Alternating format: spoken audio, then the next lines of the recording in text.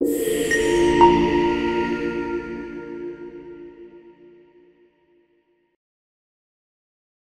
Everyone, आज हम देखने वाले हैं सेक्शन 16 टीपीए। तो सेक्शन 16 टीपीए बस बेसिकली इतना सा कहता है कि अगर ऐसे कोई लाइन से ट्रांसफ़र कर रखे हैं, पहले इस बंदे को, फिर ये जब मर जाए फिर इसको, फिर ये जब मर जाए इसको, और अगर बीच में ऐसे लाइन से ट्रांसफ़र कर रखे हैं और बीच में अगर कोई सा भी ट्रांसफ़र फेल हो जाता है, फॉर एग्जांपल ये बीच वाला बंदा है, इसका ट्रांसफ़र फेल हो जाता है, लेकिन जो फेल होता है वो बस सेक्शन 13 और 14 की वजह से फेल होना चाहिए।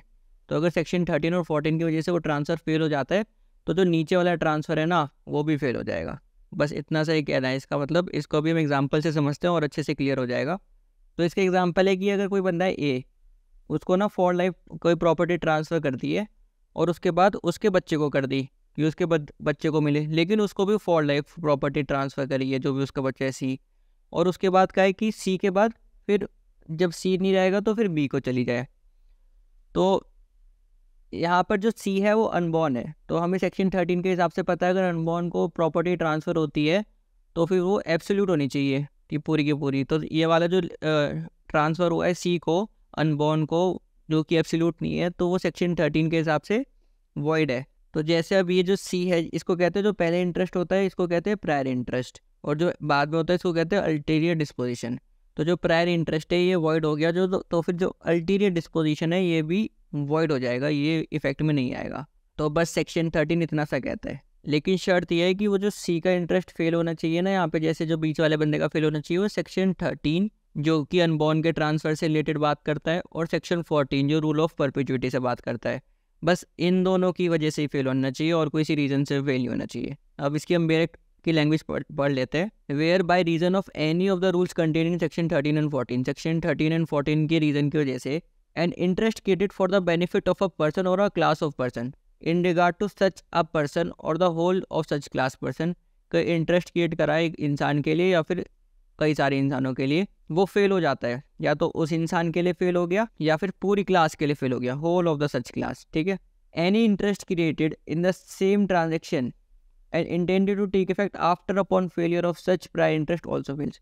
तो अगर ऐसा कोई ट्रांजेक्शन है जिसका इंटेंशन है कि जब इनका फेल हो जाएगा तो वो दूसरे बंदे पर चला जाएगा, तो वो भी फेल हो जाएगा, जो कि हमने एग्जाम्पल में समझ लिया इसको।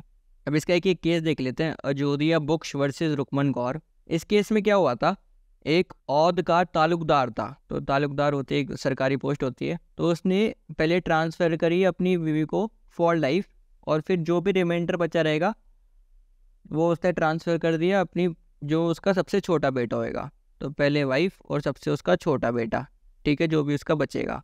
लेकिन क्या हुआ, जो ट्रांसफ़र था ना वो वाइफ के उसमें फ़ेल हो गया, क्योंकि उन्होंने उसका रजिस्ट्रेशन नहीं करवाया था, वहाँ के लोकल लॉज वगैरह के हिसाब से रजिस्ट्रेशन करवाना पड़ता होगा। तो फिर यहाँ पे कोर्ट ने देखा कि यहाँ पे जो बंदा था उसका इंटेंशन था कि वो प्रॉपर्टी उसके सबसे छोटे बेटे को चली जाए, तो फिर वो उसके सबसे छोटे बेटे को दे दी, चाहे वो वाइफ का फेल हो गया था। लेकिन उसका रीज़न साइड करा कि यहाँ पे जो वाइफ का इंटरेस्ट फेल हुआ है, जो प्रायर इंटरेस्ट फेल है, वो सेक्शन 13 और 14 की वजह से नहीं है, यहाँ पे रजिस्ट्रेशन की वजह से इंटरेस्ट फेल हुआ है, तो इस वजह से अल्टीरियर डिस्पोजिशन पे फ़र्क नहीं पड़ेगा।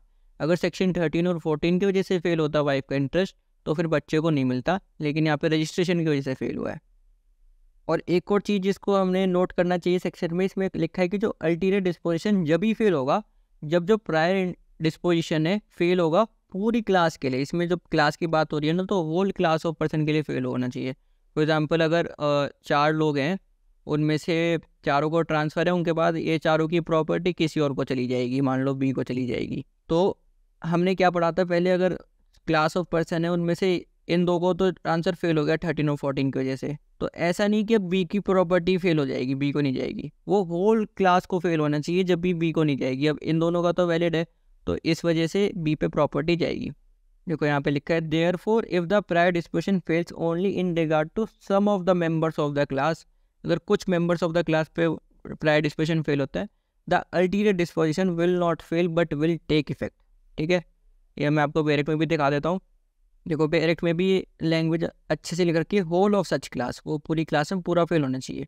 और सेंस भी बनाया था, क्योंकि हमने पीछे पढ़ा है कि अगर पूरे होल क्लास को अगर ट्रांसफ़र हो रहा है और उसमें से कुछ लोगों का फेल हो जाता है तो बाकी की क्लास का फेल नहीं होता, वो बाकियों का चलता रहता है। इस वीडियो के लिए इतना ही। आपको अगर कोई भी कन्फ्यूजन हो तो आप कमेंट्स में पूछ सकते हैं। अगर आपको हमारा ये वीडियो पसंद आया तो please like, share and subscribe करें।